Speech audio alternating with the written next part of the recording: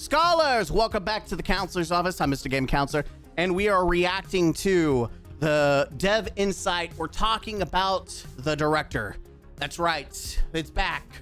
It's back in all its glory. It looks beautiful. It's how it should have been. Everything we're about to talk about, like 90% of it, is shit that should have not been broken in the first place, or shit that Bungie is fixing. I'm not applauding it. I'm not gonna give them like, oh, W Bungie for uplifting the game that should have been launched the way it should have been when they launched Edge of Fate. All this should have been that way, right? I'm not thanking Bungie for soft sunsetting 80% of the game. Fuck off with that noise. Now, that's a true statement. The other true statement is there isn't a single thing in this Dev Insight we're about to talk about that isn't juiced. Don't get it twisted. It's all good shit. Had the game launched with these updates with Edge of Fate, the game would have had a shot at surviving longer than it did. Maybe. I don't know. I'm kind of divided on myself. I think from a player perspective, it would have had a significantly, like Edge of Fate would have probably had significant more love. Especially if they had like SRL, they had distortions, the world itself wasn't killed, you still had all the raids and dungeons now even matter again, even with all the new perks. Like, I feel like it would have done wonders, or even leading into like Ash and Iron. If Ash and Iron was all of this update, I think Ash and Iron as a season would have been applauded. The people would still be pissed, let's be honest. The whole, Plague Lands having no plagues was just a sore, like a big flip off. And honestly, if they'd said, hey, we're making Season of Recovery, and it was just this instead of Ash and Iron, I think people would have been okay with it. I don't know. I mean, we could go back and forth on like how they should have done it. Either way, I'm glad to see it's there, even if it's a little too late. It's all good stuff. Destinations, as you can see, are getting updated. They're going to get updated loot with new perks, tier system. Everything's tiered now. Welcome to this is Destiny. If you don't like tiers, I'm sorry. Welcome. This is the new norm because nothing else is going to ever change again anymore. We got set bonuses. It's good. It's one of those things that should have already happened. Public events.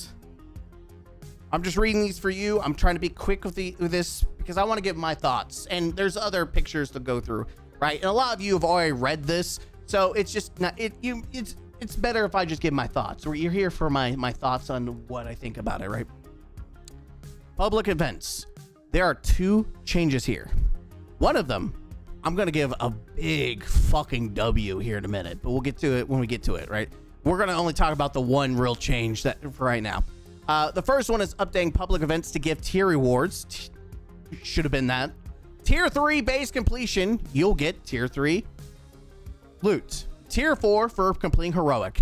And you will have a chance to get a tier 5 when you do heroic. That's right. You have a chance of getting a higher tier.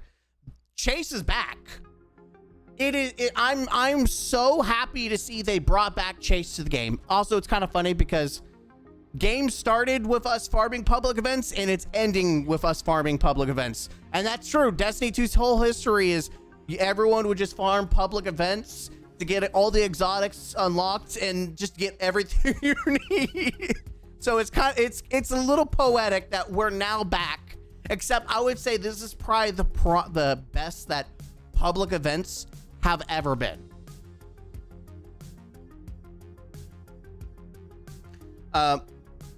Yeah, I mean, it's just the best it's ever been. So unique events such as Blind Well, Altars of Sorrow, like Blind Well's over here, and you got the Dreaming City.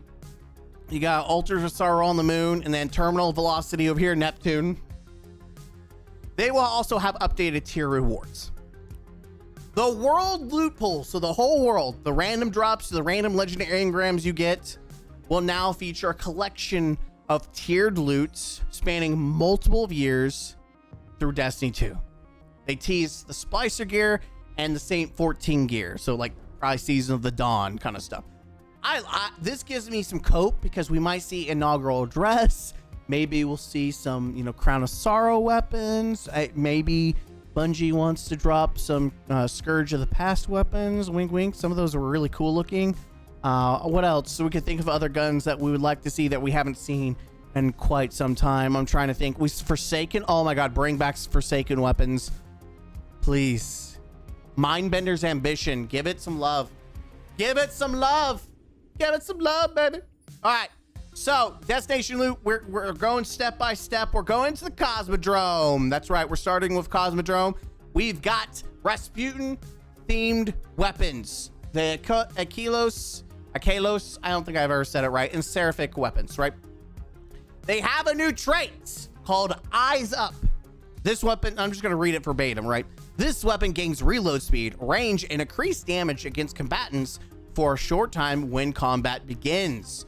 Final blows extend enhances bonus. I think that's good for both PvE and PvP. Well, okay, so it says combatants, so never mind. This is a PvE only. I'm glad that we are now seeing the CQC 12 shotgun is back.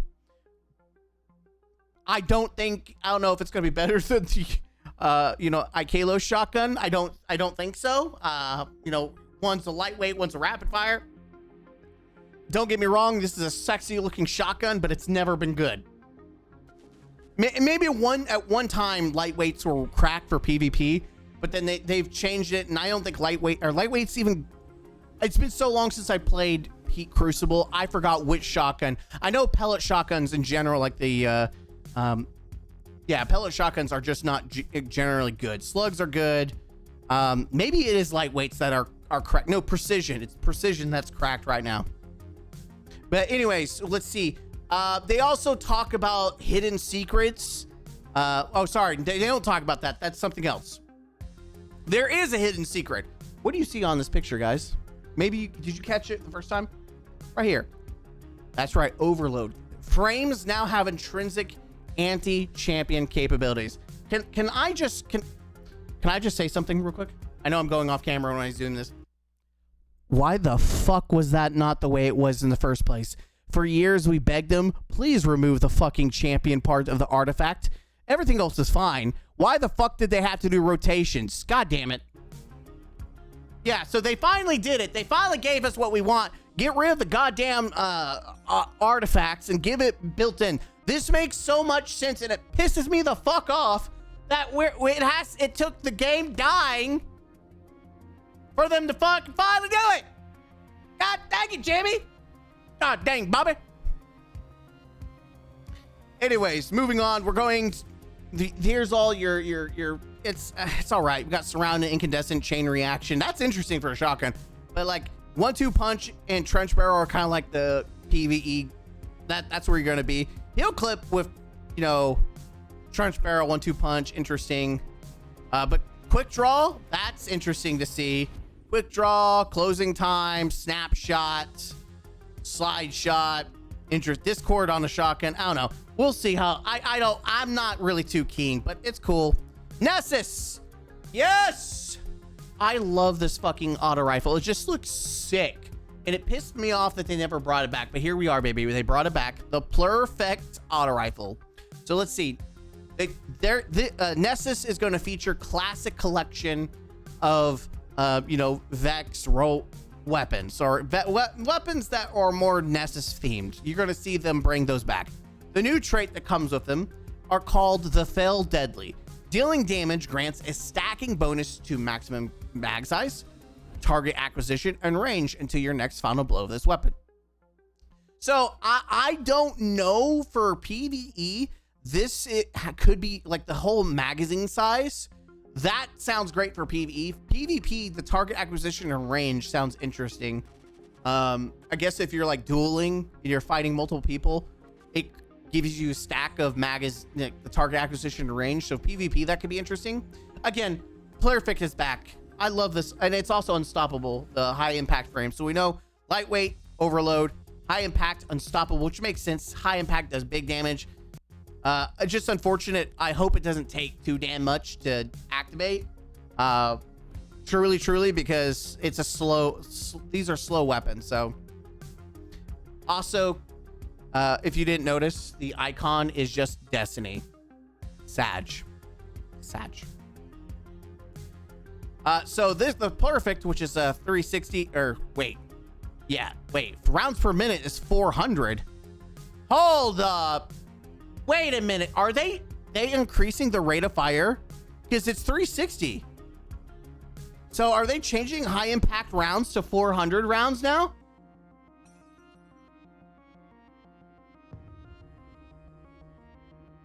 Okay. So 400 just got a buff. That's going to be interesting to see. Demolitionist, Adrenaline Junkie, Aggregated Charge, Enlighten Action, Stopping Power, Closing Time, Rewind Rounds, Kinetic Tremors. I'm excited for Rewind Rounds, Kinetic Tremors. I just hope that they make primaries good again, because right now abilities are king. So that's my general fear, is that all this looks good, but abilities are just like, it feels like you're using Nerf guns and your abilities are just god slaying like mechanics. We've got Europa. So as you can see, we got Braid Tech weapons. That's going to be the theme for this planet. New origin trait is winterized gear.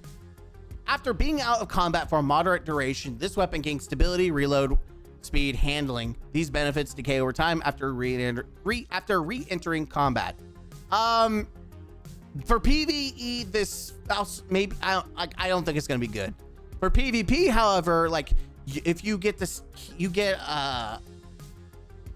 for a moderate duration, these benefits decay over time. So you get out of combat, you come back in, you get some extra bonus stats, and then as you're fighting, you lose those stats. So I guess it's good to kind of like, the goal is to get in and out of combat. There goes camera. There we go. It's gonna forever do that because it's an old camera. Unfortunately, I bought the wrong one, but here we go. We've got the high albedo. It is now the first probably the first and the last kinetic micro missile sidearm. So they had used this. I'm glad. Be honestly, if this returned as a regular sidearm, no one would give a shit. So I'm glad to see that it is a micro missile frame. So that's cool. I'm glad to see it is back. It also has some juicer perks. Blast distributor, I don't know. Surrounded, that's good. Stop and power, desperate measures, frenzy, loot to shoot is great. All-star, enlightened action, impulse amplifier, one for all. Ancillary ordnance, bewildering burst, auto-loading holster, and kinetic tremors. I think kinetic tremors is my go-to. I don't know. Auto-loading sounds interesting, but impulse is always good. Shoot to loot. I'm excited for shoot to loot. Be able to shoot your loot. I'm assuming the blast damage can pick up loot, but by pairing precision tech with a harsher, more experimental edge. All right, here's where I'm going to give the second part of public events. This is where I'm going to give Bungie their due. We're probably gonna. That's all the destinations, by the way. I'm imagining they're gonna give us some more destinations later, right? They're gonna give us more information as time goes on. So we have distortions. This is the 10% part of the 10% I was gonna say. First off, let me give Bungie the due. Thank you. Thank you. This is something to praise. Good. Thank you, Bungie. Coming this June 9th. My biggest complaint was that public events have been hard nerfed since, Destiny 2 launched. They were nerfed to the ground. Public events have been absolutely worthless. And I always thought they were a key part of the identity of Destiny and its world. Bungie finally agrees. Every hour, a different destination will be the focus of this new public event called Distortions. So essentially, just kind of, there's a tear in reality, and it powers all enemies and makes them a bigger threat. That's kind of like in the nutshell. It reminds me of the lockdown event in Marathon. Let's just be honest. It wouldn't surprise me if they took it for Marathon. But that's what it reminds me of. It reminds me heavily, except there isn't a giant rectangle in the sky. But there's definitely something in the sky here. They also, so the goal was to push for the public loop. which is a fantastic goal in my opinion. Destiny shines the brightest when the world feels alive, and goddamn, this looks like it's alive, and it's got that mystery, that uniqueness, that intensity. It's got like that. Just looks. You got the big ass ship, and then you got that in the background. Like that was the part of the stuff that I missed in Destiny that we didn't get a lot of. Not seeing a giant ship or having the world come alive, and it feels like they were going in the direction with this. We'll never see any more of it, unfortunately. They also hints at the secrets with this event that will lead to rewards. So there's more to it than just, doing the public event. They talked about how the rest of the world won't be updated. It's just literally just the public event. The enemies will get stronger. They'll be more difficult. There will be some challenges for even veterans. And some secrets, so that's going to be interesting for people to kind of explore and dive into. More chase. Bungie has introduced more chase in the game. So bar for bar, this is what they say. Distortions will be providing a new weapon set players can earn in these events, and to balance the increased challenge of distorted enemies, you'll see higher gear tiers awarded from playing public events. Essentially, they give one tier higher based on the completion base. So if you do base, you'll get tier 4. If you do heroic, you'll get tier 5. So cool. And if we go through, like, it's really cool. Like, seeing the world being impacted is so cool. And even the enemy types, as we can see, like, you can see them actually being transformed. So that's sick. Even like Savathun's Throne World, which I mean, just seeing this whole different type. And as you can see, it'll show up on the map as well, telling you how much time you have and where it's going to be. So they did everything to be it's very friendly.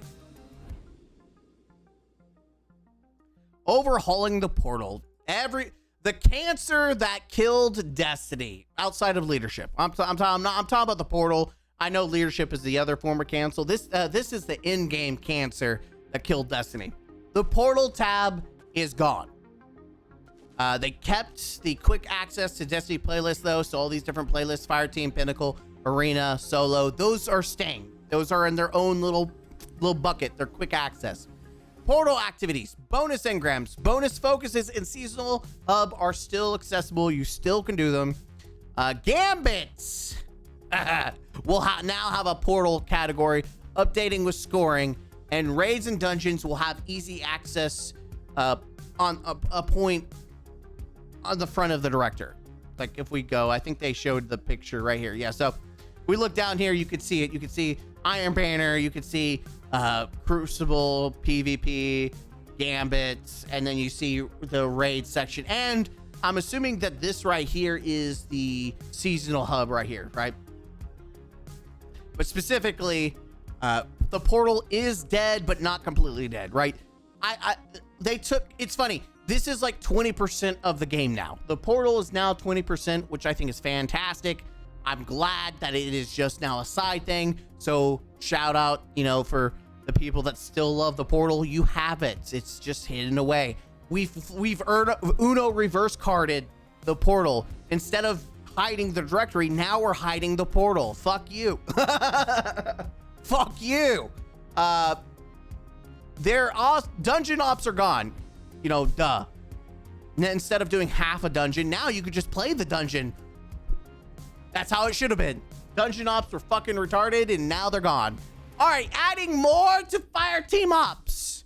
That's right. You're getting more activities. We're getting Heist Battlegrounds Mars, the Disgraced, the Lightblade, the Scarlet Keep, the Corrupted, the Lake of Shadows.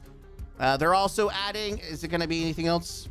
Okay, we'll wait for difficulty. They're adding to Pinnacle Ops. They're adding Operation Seraph Shield. 0 Hour. How many people have been waiting to play 0 Hour? Updated. Now it is.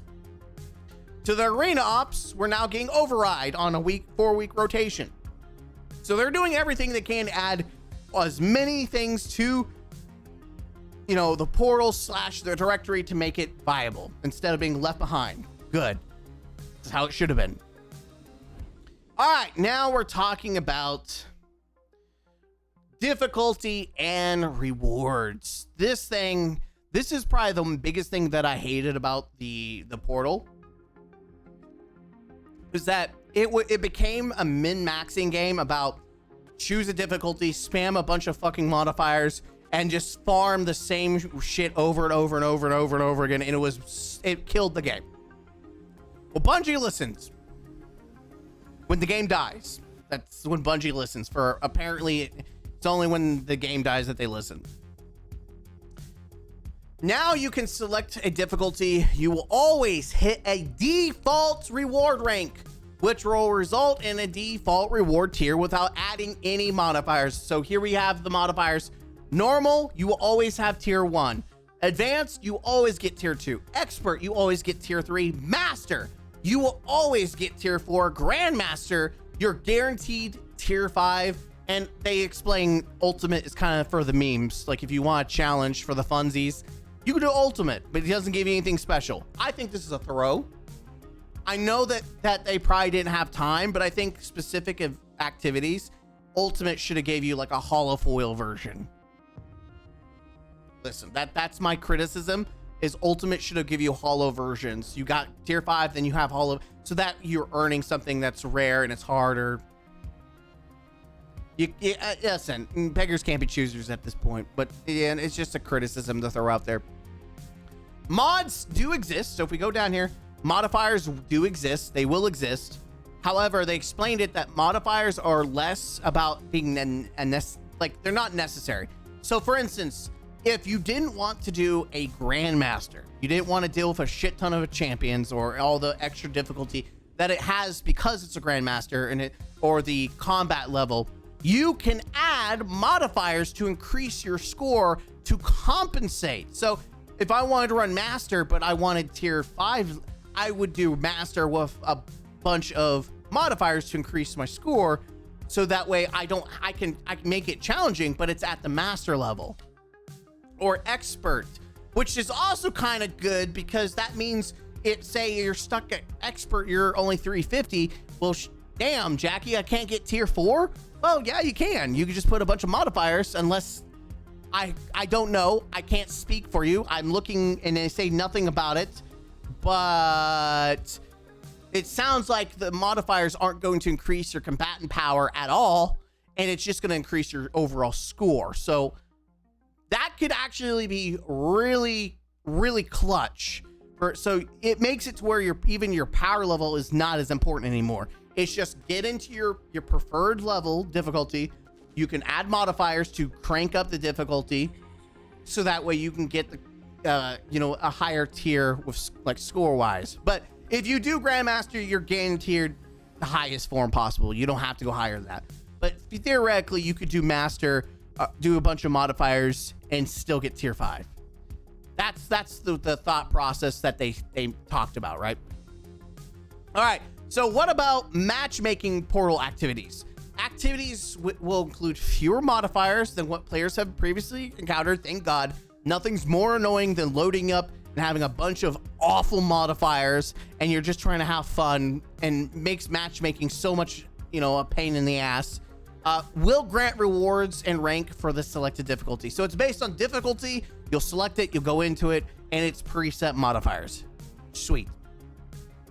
Tokens are getting updated across the portal. That is something that is, listen, if it was my choice, I would say unless it's Grandmaster, like Nightfalls and raids, there wouldn't be any tokens in any part of this game. I still disagree that they're even trying to push tokens on anything that isn't a Grandmaster, Nightfall, or a raid.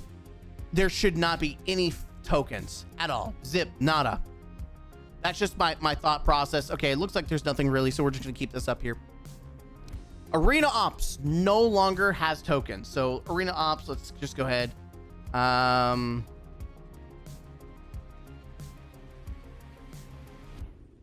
Okay, I don't know where it's at. I just have my cheat sheet. So Arena Ops, that's great. So Arena Ops no longer has tokens. For Fire Team, Pinnacle Ops, and Grandmaster difficulty will now start with 7 revive tokens, while Ultimate will start with 5. They wanted to add some flexibility. I think to be more flexible is to remove tokens altogether, except for the 2 activities that have always had tokens: raids and Grandmasters, Nightfalls. I think having anything that's like, yeah, just that's my thought. Crucible. Hey, Crucible, how you doing? Wait, did I not talk about Onslaught? Oh, I did. Okay, so it's okay. Here it is, Crucible. So they're updating the loot. First off, Crucible grade A and up is tier 5. So my thought was, how it is now is you can load in, and it's based on your power level. It depends on your score. So is that still a thing? Like if I can be the highest rank, like 550 or whatever, does that imply that I will always get rank A even if I suck dick? Or do people actually have to do well enough to get an A? Because that's kind of like the biggest problem. Listen, as much as I have always benefited, you know, since Edge of Fate, the trials, just jumping off a cliff in trials after getting a kill and getting free loot for not even going flawless. I can recognize, in order to make that playlist worth it, you've got to make people put some effort into it. But hey, you know what? Bungie be Bungie. We'll find out next week, because that's when the Crucible or is it next week or the TWID? Whenever it is, we'll see how it goes. Whenever they talk about next, it's supposed to be Crucible. So we're getting updated loot exclusively for general PvP, competitive, which will have its very exclusive pool, Trials of Osiris, Iron Banner, Gambit, and Sparrow Rocket League. So those we're gonna have it now. I'm just gonna read the whole paragraph. I'm gonna drop it down for you, but right here. Solo Ops and Fireteam Ops will have a unique weapon rewards pool and share a new armor collection with a set bonus. Arena Ops and Pinnacle Ops will also have a unique weapon pool and share a new armor collection with an additional pool for Onslaught. We talked about that in a minute. Additionally, Arena Ops weapons will have holofoil variants. We hope you enjoy discover them as a little surprise. So Arena Ops sounds like that is where that's gonna be where you're gonna farm holofoil. Now the nice thing is, it seems like these holofoil variants are here to stay. I hope they talk about holofoils. Honestly, I hope they bring back all holofoils. I know some people are gonna be pissed off. The game's fucking dead, so who gives a shit about your exclusivity? Bring the shit back. Who gives a fuck? It's just bring it back. Crawls. This is Bungie's, new playlist that they're calling Onslaught, Contest of Elders, and the Coil. A lot of these are going to be redundant by saying the same thing over and again, so I'm going to try to be shorting this paragraph of shit. Bungie's new name is the Crawl for activities to get harder over time. Onslaught, Contest of Elders, and the Coil. That's it. So for Onslaught, they've increased the scrap by 40%, so you can be able to, actually build up your arsenal. Tokens are gone. Thank God. They did not belong in Onslaught. It was so stupid. Now Onslaught has a difficulty curve starting from like advanced all the way up. So if you did Grandmaster mode, it would start down below and work its way up. So it gets harder and harder, which is how it used to be.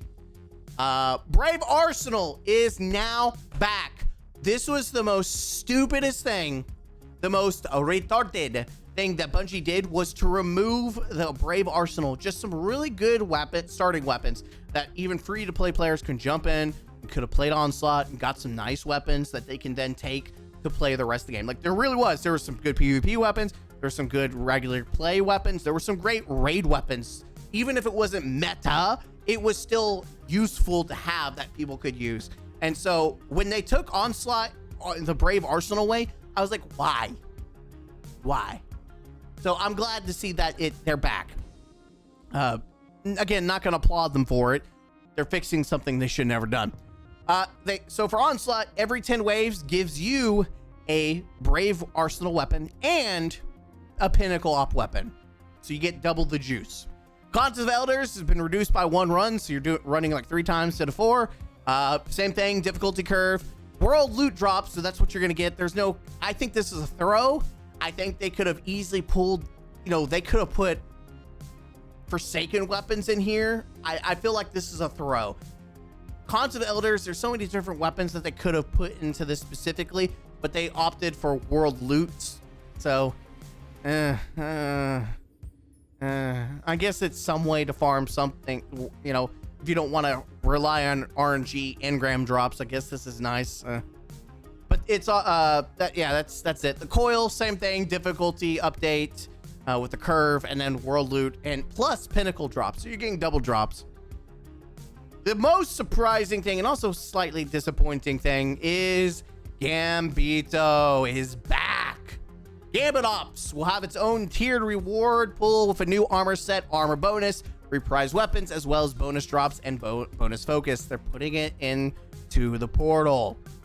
Score is driven by team progress through Gambit's major phases, banking moats, summoning the primeval, and defeating the primeval, with additional bonus score coming from Gambit rank. So that's interesting. Your Gambit rank will actually reflect how much score you get. A team that reaches the primeval phase will earn S grade and tier 5 gear. Rework. So here, I just want to say that I have to say this. Yeah, I think this is a massive L. I think it's a massive L because they didn't even try to do like Gambit Prime. They said that they would try to, but they really have done nothing to Gambit. All they're doing is updating the loot and saying, hey, it's in the portal now. I mean, they make it to where losing isn't as big of a deal. Like, the goal should be just trying to get your primeval summoned, and even if you lose, you'll get tier 5, which is great, I guess. So it's not complete feels bad, but I don't know. I feel like Gambit's just gonna be one of those throwaway modes where you just like you blitz to the primeval and you just don't care. I don't know. We'll see. Maybe I don't know. We'll see. I know a lot of PvP players are gonna be going because, as you see in front of us, we have spare rations. So the origin trait run and gun is being reworked, defeating target builds, stacks of gun and run for a short duration. Sprinting for a short time consumes a stack to partially reload this weapon's magazine from reserves. On bows, this briefly improves draw speed. I don't know. I don't know if that's good. I don't know. I don't know. But hey, something that we know is good. Spare rations not only returns, but it's now a lightweight, and it's still 140. Rejoice, PvPers. The once iconic hand cannon is now back. Talking about what's back, my baby. By the way, some of the perks are like, it is kind of like right down the middle. There's not like, yeah, it has some good, all right options. I don't know PvPers. For PvE, I'm looking at what? Keep away and explosive payload, or crystalline corpse wound and explosive payload, or one for all, like one for all. These are like PvE options. 21 Delirium, my baby. I love this gun. Is back with its original perks, plus it now has random rolls. And there's a bunch, there's like 3 redacted rolls on this thing, but I see jolting feedback with reconstruction and overflow, or 4 times the charm. Oh, buddy. I love jolting feedback, so I'm excited to see this. Crucible rotation. So this is PvP. Like I said, there's going to be like a PvP twid. So this is more condensed, not a lot going on to it. So we're just going to go through this. Iron Banner's now returning on a 4-week cadence. We know this. Trial Cyrus is every weekend from Friday through Tuesday, except for when Iron Banner's up. Some weeks for Trials may feature a single map, while others can have up to 3. I don't know why that's the case. Why not just have 3 options available? Instead of having a featured weapon, there's now a featured weapon pool instead. So that's a big change, that you're going to have a group of weapons you can farm for on a weekend versus just one. Heavy metal. So we're talking about the heavy metal is getting some love before Bungie steps out the door. Heavy metal will be introducing the Cabal Behemoth. As you can see on screen, the Behemoth from the Star Wars DLC is now here. I actually like it. I think it's really fun. Even though it's Star Wars, like it's ATT or whatever the hell it's called, I think it's fun. So I'm gonna have a blast playing this. You get to select your own vehicle too, or randomize it. So no, you're not stuck. Like if you are tired of having to do shitty Drake or you don't like Briggs, you get to play as what you want, which is huge. So it's gonna be more randomized. It's gonna feel more like a PvP match. I'm down with this. Also, they reduced the score from 50 to 40, so it's gonna go quicker, hopefully. They're also introducing a new map, the Nightfall, crash map. This is the Nightfall station that came tumbling down, so we have 2 maps. I kind of feel upset that this mode only has 2 maps going for it. I feel like they could have given us other maps. Like I feel like there's some PvP maps. Actually, you know what? I'm really upset. We're never gonna get big team maps and big team game modes. That's what makes me sad. We're gonna be stuck at 6, and I wish we could have 12. That's what's really gonna make me sad. Sag. Anyways, the biggest fucking W, the other percentage that I have to give a, like, I don't think anyone expected this. I didn't expect this. So I'm going to give a big fucking W to Bungie. They actually brought back Sparrow Race League, which it seems like they're taking some feedback from Destiny Rising with some of these changes. So here's what we know about Sparrow League Racing. But you can use both Sparrows and you can use skimmers. You can use both, and they've already fine-tuned to where you can't use some of the cheesy stuff. It's gonna be balanced, so that's interesting.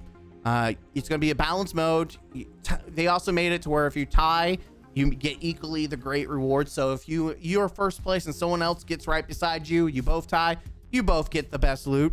There's some tech. They introduced rocket boost rewards who nail their timing of hitting gas just before the race begins. This is prototypical of like Mario racing, even in Destiny Rising, that's how it is. Giving you that early burst out the gate. Trick boost are just what they sound. Landing a trick successfully will get you a boost. That's interesting. I don't know if that's in Destiny Rising, but yeah. All 4 of the original SR maps are returning from Destiny 1 into Destiny 2. And you got a brand new one called the Quantum Circuit located in the Realm of the Nine. Juice. So here we go. We got SLR rewards. So I'm just going to read them for what it is. So we have the origin trait is called Featherweight. Final blows with weapons that have the Featherweight origin trait grant increased movement speed while equipped. So we have the armor pieces, revving up to 2-piece. Fast movement builds up a charge that gradually increases your health and regeneration speed. Once you are fully revved, sprinting grants speed booster. Dielectric drift, 4-piece. Sliding while speed booster is active, jolts combatants in front of you.